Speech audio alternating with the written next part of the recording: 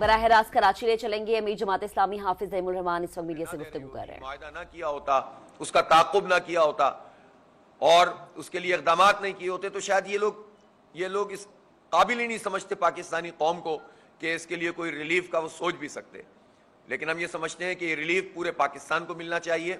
اور میرا سوال یہ ہے کہ جو سندھ حکومت ہے, سندھ حکومت کا 3 ٹریلین کا 3000 ارب روپے کا بجٹ ہے اور ان 3000 ارب روپے کے بجٹ میں سے جو 62% ہے وہ اس کو وفاق سے پیسے ملے ہوئے ہیں. 18ویں ترمیم کے بعد جو NFC ایوارڈ ہے اس میں اس کو جو ہے وہ 62% یعنی 1895 بلین روپے وفاق سے مل رہے ہیں.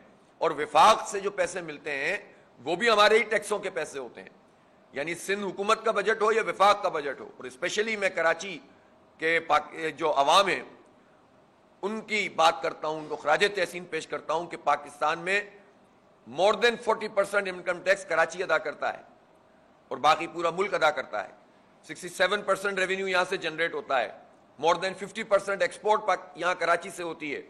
تو کراچی ٹیکس دیتا ہے تو وفاق کا پورا نظام چلتا ہے, اور کراچی ٹیکس دیتا ہے تو پھر اس کے نتیجے میں یہ پیسا 18ویں ترمیم کے نتیجے میں وفاق سے ملتا ہے صوبے کو, اور صوبے کے جتنی ٹیکس کلیکشن ہے اور ریونیو کلیکشن ہے اس کا مور دین 95-96% کراچی سے ہوتا ہے.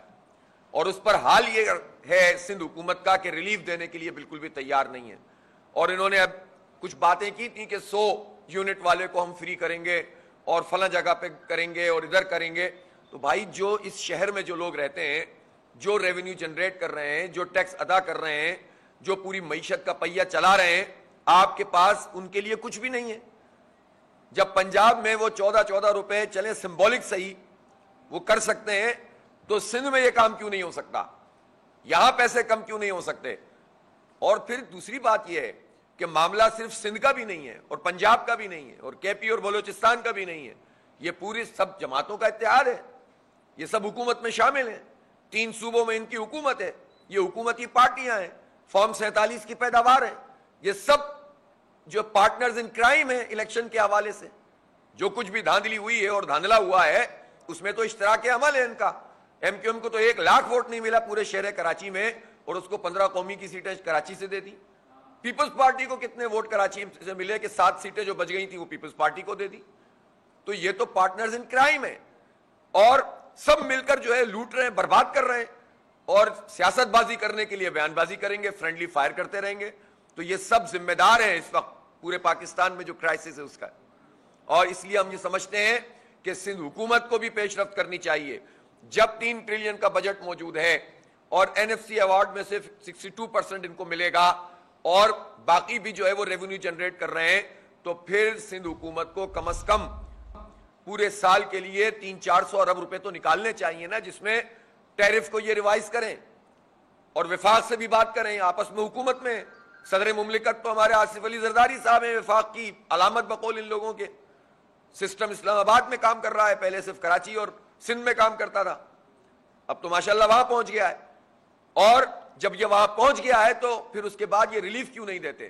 اس لیے پورے پاکستان کو ریلیف ملنا چاہیے اور اس طرح سے نہیں ہوگا. خیرات نہیں چاہیے, ہمیں حق چاہیے.